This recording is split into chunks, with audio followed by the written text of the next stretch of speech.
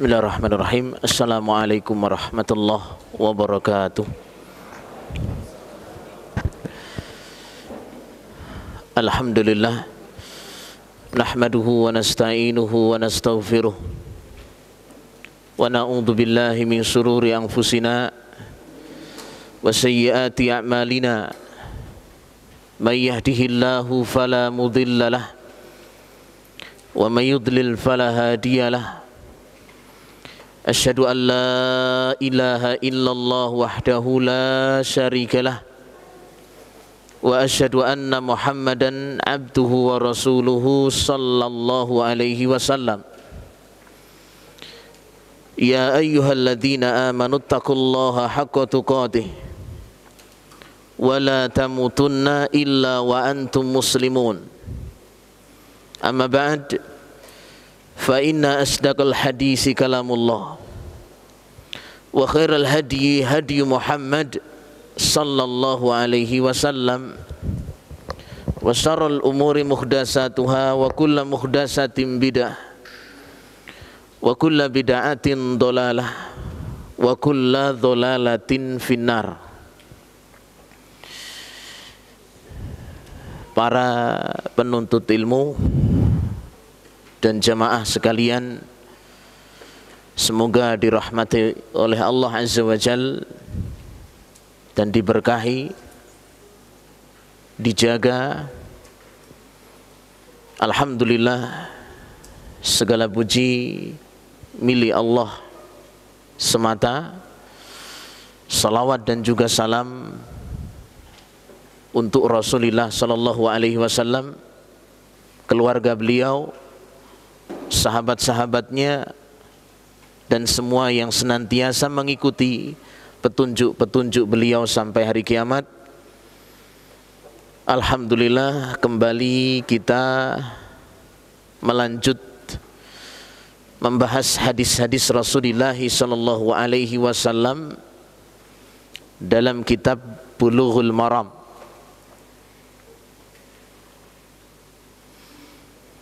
Penuntut ilmu, semoga Allah menjaga kita semua. Mari kita semua betul-betul dalam menuntut ilmu ini, menuntut ilmu syar'i, sungguh-sungguh. Jangan kalian menuntut ilmu itu sekedar sampingan, tapi menuntut ilmu adalah suatu kebutuhan pokok. Dan ingat, di antara tujuan utama keberhasilan seorang yang belajar ilmu agama adalah dia tidak seperti hewan ternak. Tidak seperti hewan. Bahkan lebih parah daripada hewan. Sudah belajar lama, ya, atau bahkan sudah selesai belajar di sini, tapi dia malah seperti hewan, bahkan lebih parah daripada hewan. Ini tidak berhasil. Belajar yang seperti ini tidak berhasil. Ya, belajar yang benar, keberhasilan dalam belajar terbukti dengan seseorang itu, kita ini beda seperti hewan, beda.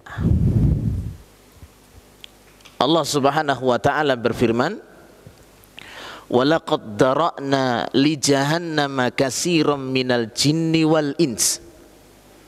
Lahum qulubun la yafqahuna biha, walahum a'yunun la yubsiruna biha, walahum adhanun la yasma'una biha, ulaika kal an'am bal hum adhal." Sungguh kami jadikan banyak mengisi neraka jahanam itu dari kalangan jin dan manusia. Isi neraka jahanam banyak kalangan jin dan manusia. Kamu jin apa manusia? Ya sama ya.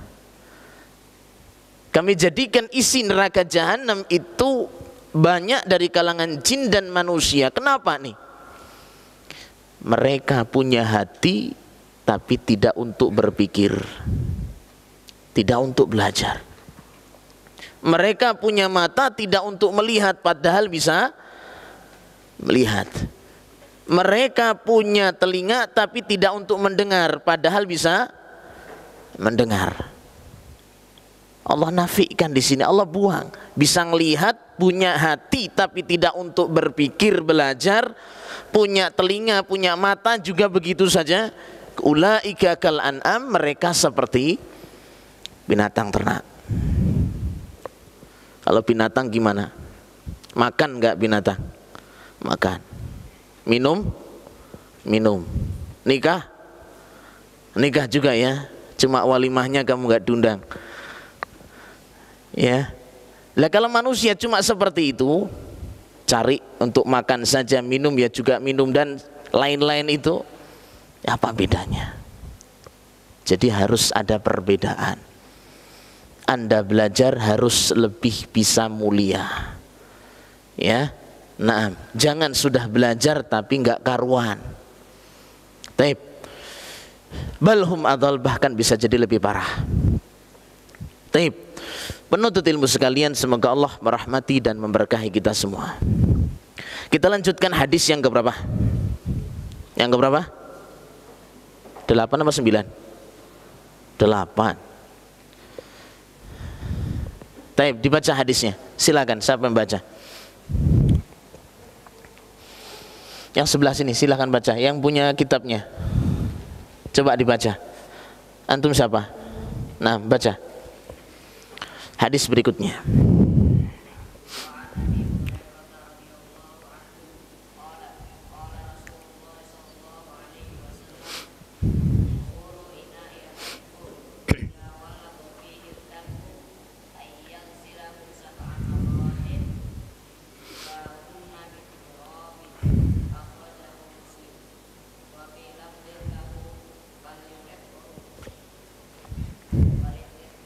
Falyurikhu. Terus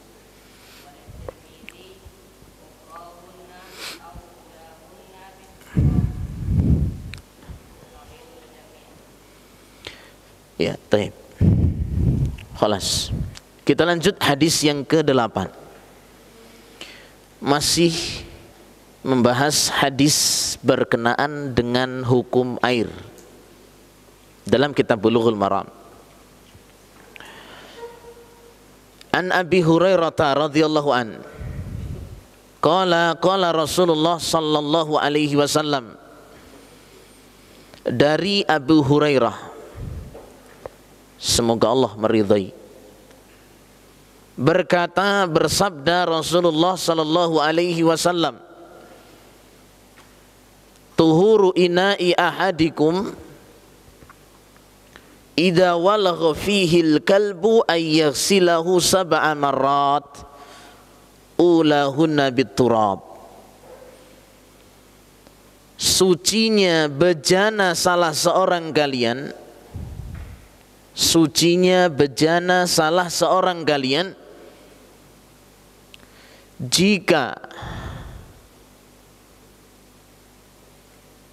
menjilatinya anjing, atau jika anjing telah menjilatinya, ayyaghsilahu sab'a marrat, dengan mencucinya 7 kali. Ulahunna biturab, yang pertama dengan tanah. Taib. Sucinya bejana salah seorang kalian jika anjing telah menjilatinya dengan mencucinya 7 kali, yang pertama dengan tanah. Hadis riwayat Imam Muslim. Dalam riwayat yang lain, lafadz lain, fal yurikhu, hendaknya ditumpahkan, airnya ditumpahkan. Ya. Walid Tirmidzi, dan dalam riwayat Imam Tirmidzi, ukhrahunna au ulahunna, baik pertama atau di lainnya. Baik. Penuntut ilmu, semoga Allah merahmati kita. Hadis masih berkenaan dengan air. Cuma air yang dibahas saat ini adalah air yang telah dijilati anjing, yang mana air tersebut berada dalam suatu bejana. Ya, bejana itu apa bejana? Apa? Wadah, taib. Ina. Ina beda dengan kita ya, enak. Ina, bejana. Aniyah, bejana. Berarti itu wadah, wadah air, wadah minum ya, wadah makan, wadah apa? Hal-hal yang kita letakkan di situ. Berarti semisal apa kalau ina? Piring, mangkok, gelas, apa lagi? Baskom, apa lagi? Ember. Kamu minum pakai ember apa bak? Tape. Itu bejana. Ya, piring dan sejenisnya. Nabi SAW menyampaikan di sini, sucinya bejana kalian jika anjing menjilatinya. Maksudnya menjilati air yang ada di bejana. Berarti anjing tersebut apa? Minum air di bejana. Bukan bejananya yang dijilat. Karena kita sedang bahas apa ini? Air. Dan airnya berada di mana? Di bejana. Ini anjing, kenal ya sama anjingnya? Udah kenal? Nah, ini anjing menjilati di sini. Ini apa? Minumlah bahasanya. Minum di air yang ada di bejana di sini. Ya. Taib. Nanti bejana ini bagaimana mensucikannya? Itu nanti pembahasan berikutnya. Taib, sedikit sekilas kita berkenalan dengan anjing. Ya, nggak kenal nggak sayang nanti. Taib. Anjing ini hewan yang Allah Subhanahu wa taala ciptakan. Siapa pencipta anjing? Allah. Gak ada anjing menciptakan diri sendiri, tidak ada. Itu ciptaan Allah Subhanahu wa taala. Bersama itu Allah haramkan. Allah yang menciptakan ada di permukaan bumi ini, bersama itu Allah haramkan. Sia-sia enggak? Enggak ada yang sia-sia. Perbuatan Allah tidak ada yang sia-sia. Semua perbuatan Allah, semua ketetapan Allah pasti baik. Ya, walaupun secara zatnya itu anjing sesuatu yang dibenci dalam Islam, tapi tujuan Allah Subhanahu wa taala menciptakan anjing itu pasti baik. Tidak ada perbuatan Allah yang sia-sia. Ya. Dengan adanya anjing kita bisa cari pahala. Ya. Cari pahalanya bagaimana? Ketika mungkin bejana kena nih, terjilati tadi, kita bersihkan, kita beribadah dengan membersihkan tadi, dapat pahala. Kalau nggak ada anjing kamu nggak dapat pahala ini. Syaitan, iblis, kenal sama iblis? Siapa yang menciptakan iblis? Allah. Jadi teman apa jadi musuh? Musuh. Apa gunanya? Allah nggak mencintai iblis, tapi Allah ciptakan itu iblis. Tujuannya mulia, agar Anda mendapatkan keutamaan. Coba kalau nggak ada iblis, kamu dapat pahala nggak? Nggak dapat. Nggak ada perjuangan. Berikut pula babi. Allah yang menciptakan, tapi Allah haramkan di situ. Tujuannya baik, agar Anda mendapatkan pahala dengan adanya tersebut. Ya, jadi tidak ada suatu keburukan disandarkan kepada perbuatan Allah Subhanahu wa taala. Semuanya adalah apa? Baik. Taib. Kemudian anjing. Anjing dalam Islam dilarang, bahkan dosa besar untuk Anda pelihara. Siapa yang punya anjing? Angkat jari telunjuknya. Taib, nggak ada anjing Ustadz, cuma mirip-mirip aja. Tidak boleh manggil saudaranya dengan anjing ya, walaupun tak mirip. Ya, asal seseorang itu memelihara anjing haram, bahkan dosa besar. Taib itu dalam Islam. Taib dalam hadis yang sahih riwayat Imam Bukhari, Rasul sallallahu alaihi wasallam bersabda, man amsaka kalban fa innahu yankusu kulla yaumin min amalihi qirat. Nabi sallallahu alaihi wasallam bersabda, siapa yang memelihara anjing, setiap harinya berkurang 1 qirat dari amal pahalanya itu. Berkurang berapa? 1 qirat per hari.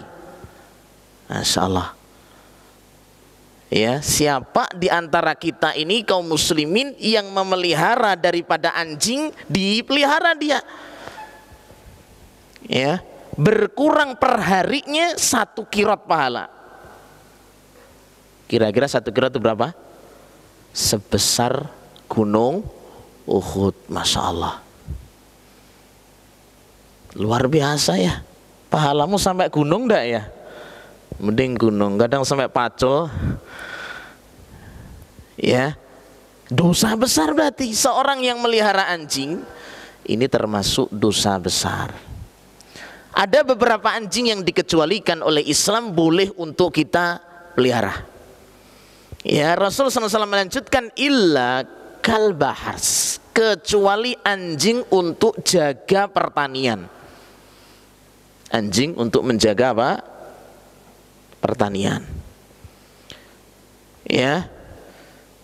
Kemudian disebutkan lagi untuk menjaga ternak. Itu yang kedua. Yang ketiga, said, untuk berburu.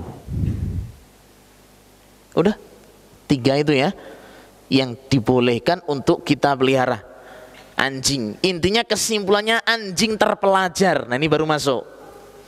Anjing yang sudah nyantri atau mondok atau sudah sekolah lah masuk ini ya. Tapi alumni nih lulusannya masuk di sini, bukan jebolan. Jebolan yang tidak masuk juga nih. Inilah ya, dalam Islam itu istimewa di sini ya. Anjing saja ini makhluk yang seperti ini, dengan adanya ilmu ternyata Islam masih disuruh kita ini boleh untuk memeliharanya. Karena ada apa? Ilmu. Apalagi kalian ini, kalian kan bukan anjingan ya. Bisa mulia dengan ilmu. Dibolehkan dalam Islam ini punya anjing, tapi anjingnya terpelajar, terdidik, bagus. Itu masih boleh untuk jaga ternak. Ternaknya nggak dikasih makan, makan enggak. Kalau anjing nggak terpelajar apa? Habis ayamnya. Kan begitu. Ya. Nah, anjing di sini untuk jaga pertanian, jaga tuh tanam-tanaman, jaga supaya tidak ada yang mengganggu begitu. Ya. Dan anjing untuk berburu. Ini terdidik semua di sini. Nggak sembarangan. Kalau anjing yang nggak terdidik asal gonggong, apa itu gonggong bunyinya itu? Jegak, jeguk begitu ya. Ya, dan ini tempat-tempatnya di sini bukan di dalam rumah di sini. Di mana ini? Di luar rumah. Kadang sampai bubuk bareng, mandi bareng, ya, dan seterusnya. Tidak benar seperti itu. Jelas ya? Ini anjing yang masih dikecualikan kita boleh ada. Adapun yang lainnya ini dilarang untuk kita pelihara. Jelas ya? Ini tentang anjing. Taib. Kemudian dalam suatu riwayat dikatakan berkurang pahalanya tadi 1 qirat ya. Berkurang pahalanya berapa ini bagi yang melihara anjing ini? 1 qirat. Ada suatu riwayat yang lain qiraton, berkurang padanya 2 qirat. 2 qirat, 2 gunung. Masya Allah. Wis pahalanya setiap dinorak sampai segunung utang meneh nih ya. Jadi bahaya ya, bahaya. Ya walaupun anjingnya mungil lucu ya, daripada yang punya lucuan anjingnya. Nggak usah terkecoh dengan seperti itu. Banyak yang lucu. Ya, banyak yang masih diperbolehkan. Penuntut ilmu, semoga Allah merahmati kita. Sekarang kita masuk pembahasan hadis. Sucinya bejana salah seorang kalian jika anjing menjilatinya. Ya, bejana air, kemudian air tersebut dicicipi anjing. Walagha itu dijilat. Dijilat berarti pakai apa? Pakai apa? Lidah ya. Iya, bukan pakai hidung tok. Itu enggak. Kalau cuma hidung itu ya enggak. Apa lidahnya yang keluar? Ya. Lidahnya yang keluar. Nah, ketika air yang sudah terjilati tadi yang ada dalam suatu bejana, di sini apa kata Nabi SAW? Fal yurikhu, buang airnya, tumpahkan. Kemudian bejana tersebut bagaimana mensucikannya? Bagaimana mensucikannya? 7 kali, pertama atau yang lainnya dengan apa? Tanah atau debu. Atau dalam suatu riwayat, jadikan yang ke-8-nya dengan tanah. Berarti kalau bejana yang mana anjing itu sudah menjilati air yang dibejanakan, dibuang nih airnya. Bagaimana mensucikan bejana tersebut? Dibersihkan dengan 7 kali cucian, pertama dengan apa? Tanah. Ini ada beberapa penjelasan. Penjelasan yang pertama, mensucikan dari ini, mensucikan dari bejana yang tadi terjilati anjing, anjingnya mencicipi airnya tadi. Pertama, siram dengan tanah, bejana itu tadi ya, siram dengan tanah, baru cuci 7 kali. Siram dengan tanah, gitu ya, secukupnya, nggak usah sewa 1 truk, itu nggak usah. Ya, siram, taburkan tanah, udah, mau digosok silakan, kemudian baru berapa? 7 kali siram. Yang kedua, cara yang kedua, siram air pertama, kemudian kasih tanah, baru cuci 6 kali. Sudah tergambar? Gambar apa ngantuk ini? Ya, siram pertama, ini bejana ya. Gambarannya ini bejana di sini. Siram pakai air pertama. Sudah? Taburkan apa? Tanah. Baru siram berapa kali? 6. Berarti ada berapa ini? 7. Atau yang ketiga, air siraman yang pertama engkau campurkan dengan apa? Tanah. Siramkan pada bejana. Baru siram berapa kali? 6. Selesai 3 cara mensucikan bejana yang mana tadinya ada air, anjing mencicip di situ. Jelas? Sudah tergambar nih 3 ini? Ya. Apa dibuang aja ini mangkoknya? Ya nggak usah dibuang ya, jangan boros. Selagi masih bisa digunakan, dipakai. Ya. Taib. Penuntut ilmu, semoga Allah merahmati dan memberkahi kita. Di sini dalam hadis disebutkan bejana. Gimana kalau selain bejana? Apakah juga 7 kali? Ini yang dalam hadis disebutkan apa ini? Bejana, mangkok, piring, gelas, dan sejenisnya. Lah Ustadz, gimana kalau bukan bejana? Misalkan nih tangan, kamu pernah nggak dijilat tangannya oleh anjing? Atau kamu yang jilid anjing? Nah ya, atau mungkin apalagi pipi, ada yang pernah dijilati anjing pipinya, dicium anjing, pakai debu ya berarti usah begitu ya, bedaan dulu begitu ya. Nah, yang agak rumit lagi di sini kalau kain, apalagi kain putih ini, anjing jilat, kasih debu di sini bagaimana nih? Apalagi jubahnya jubah putih. Para ulama menjelaskan di sini disebutkan bejana berarti khusus bejana, yang lainnya tidak harus dengan apa? 7 kali menggunakan tanah. Bisa digantikan bejana, mungkin ini yang mangkok, yang piring yang biasa kita gunakan untuk minum, untuk wadah air, itu silahkan menggunakan tanah tadi, silahkan digunakan dengan debu tadi. Adapun selainnya tidak harus menggunakan apa? Tanah. Tidak harus juga 7 kali. Itu yang selain bejana. Misalkan pipinya dijilat tadi, satu aja, nggak usah 2. Udah 7 kali apa? Bisa cuma 3 kali, 2 kali, silakan bagaimana bersih. Pakai sabun bersihkan, selesai. Karena pipi bukan bejana, tangan pun juga bukan bejana, baju pun juga bukan bejana.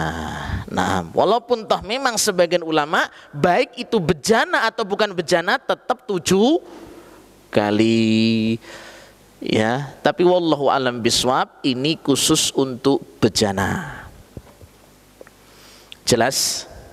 Ya, selainnya bisa digantikan, tidak harus 7 kali. Taib. Kemudian pada kalimat walagha itu menjilat. Dan menjilat di sini ada lembab. Berarti yang dimaksud dengan menjilat di sini ini adalah yang menimbulkan lembab, air begitu. Air liur. Berarti bagaimana maksudnya? Perhatikan di sini. Kalimat walagha itu menjilat dan menimbulkan lembab atau air begitu. Air liur berarti gitu, meninggalkan air liur tadi. Kalau kering tidak berlaku hadis ini.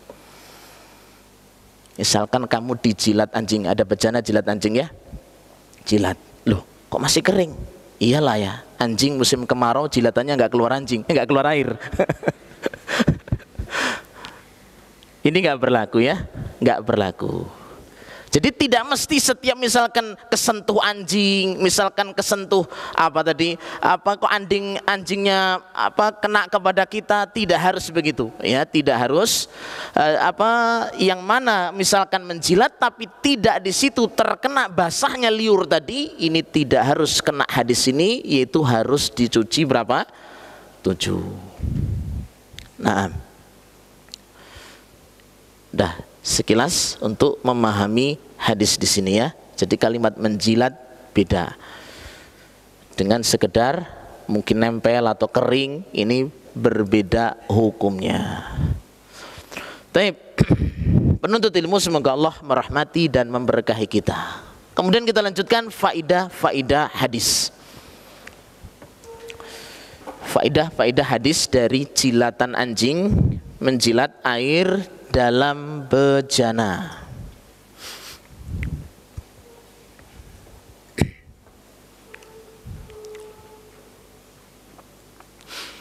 Faidah yang pertama adalah najasatul kalbi, najisnya anjing.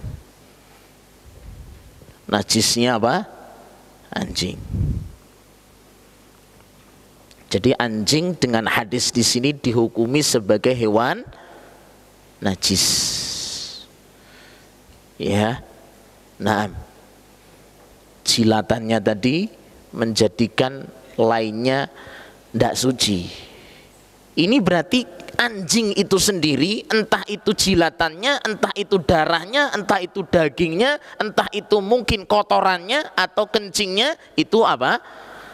Najis. Najis. Kalau jilatan kamu najis enggak ini? Enggak najis ya, tapi jangan ngeludahi temennya. Taib, walaupun enggak najis tapi jijik ya. Taib. Najisnya anjing, dikecualikan dari najisnya di sini hal-hal yang berpisah dari anjing tersebut, misalkan bulu atau rambut. Anjing punya rambut enggak? Punya bulu ya. Nah, bulu tersebut tidak dihukumi apa? Najis. Taib. Yang jadi para ulama perselisihkan di situ tentang pada anjing itu sendiri ada tingkatan yang berat. Ya, buktinya apa? Ketika mensucikannya ada yang namanya liur, air liurnya di situ, jilatannya di situ, yang mana tidak disebutkan pada bagian-bagian tubuhnya ketika kita terkena. Berarti jilatan anjing di sini ini masuk najis besar lah, bahasa ulamanya begitu. Kenapa? Mensucikannya berapa tadi? 7 kali. Yang lainnya kan nggak harus begitu. Anda kena najis, misalkan kena satu, kena kencing berapa kali? 7 kali, 8 kali? Ya, sekali bersih cukup, selesai kan begitu. Ternyata ini najis berat di sini, yaitu jilatan apa? Anjing. Bertingkat-tingkat, pada anjing sendiri itu sudah bertingkat-tingkat kenajisannya.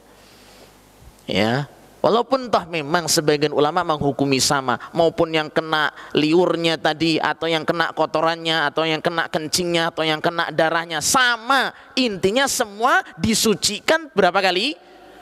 7 kali menurut sebagian ulama. Tapi sebagian ulama menyatakan apa? Khusus terkena apa tadi? Jilatannya saja yang diperintahkan untuk berapa kali? 7 kali. Ya kalau ambil amannya ya bisa kamu 7 kali semua nggak apa-apa. Kamu habis dikencing anjing mau 7 kali ya nggak apa-apa. Kamu habis misalkan menyentuh kotoran anjing 7 kali ya nggak masalah. Ya. Tapi yang sesuai dengan hadis ini khusus apa di sini? Jilatan daripada anjing tersebut. Baik. Itu khusus untuk bejana air yang terjilati oleh anjing. Baik. Ini faedah yang pertama, najisnya anjing. Kemudian yang kedua,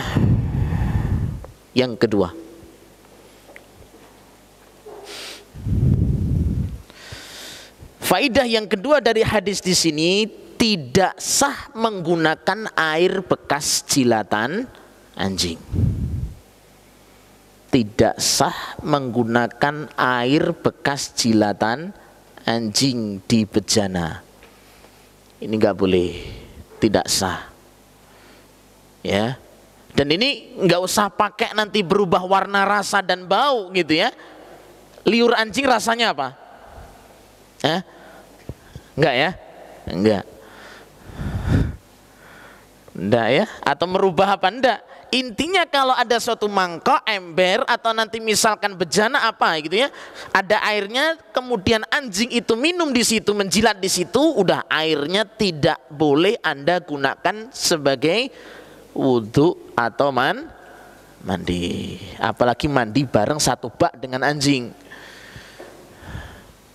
Ya, nah, tidak boleh, tidak sah menggunakan air itu. Ya, aduh ini gimana ini sudah dijilati tapi masih jernih, malah tambah jernih. Ya enggak boleh. Ya, enggak boleh pakai air bekas anjing tadi, jilatan tadi enggak boleh. Nah, inilah yang dimasukkan dalam faedah dalam kitab di sini, jilatan anjing tadi, air yang bekas tadi tercicipi tadi tidak boleh digunakan kecuali air yang banyak, kecuali yang air yang senantiasa mengalir. Nah, ini tidak diragukan lagi, yaitu tidak bermasalah. Ustadz, saya pernah melihat laut ini pernah dicicipi anjing, masih boleh wudhu dengan apa? Air laut, masih boleh. Ini hukum bejana. Bejana biasanya besar atau kecil? Kecil. Anda minum pakai apa? Tower apa pakai paralon? Ya pakai gelas biasa gitu ya, mangkok. Kalau masih minum pakai baskom masih normal lah ya, masih normal. Unta. Tapi kalau minum satu itu drum itu gluk-gluk begitu udah nggak normal itu ya. Itu faedah yang kedua. Kemudian faedah yang terakhir dari hadis di sini,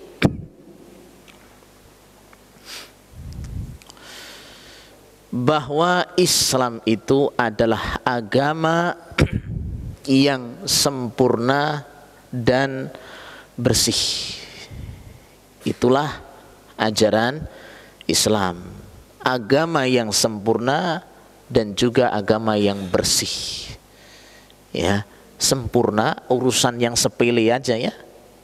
Anjing ya, kayaknya anjing kan bagi kita kan sepele, kayaknya kok hina begitu. Tapi bersama itu Islam mikirkan, Islam memberi penjelasan bagaimana kalau ketemu anjing, bagaimana kalau anjing nyicipi di situ, sikapnya bagaimana. Bahkan anjingnya aja dirinci tadi ya. Anjing yang boleh dengan anjing yang tidak boleh, anjing yang terpelajar dengan anjing yang tidak terdidik, ini lain urusannya. Bahkan sholat saja dilewati oleh anjing, anjing hitam, lain lagi di situ. Anjing aja dibahas ya. Ini menunjukkan kesempurnaan ajaran Islam. Kamu kencing aja dibahas, bagaimana kencingnya. Buang hajatnya kan dibahas dalam Islam. Menunjukkan kesempurnaan ajaran Islam dan bersih. Islam itu ajaran yang mengajak kepada kebersihan.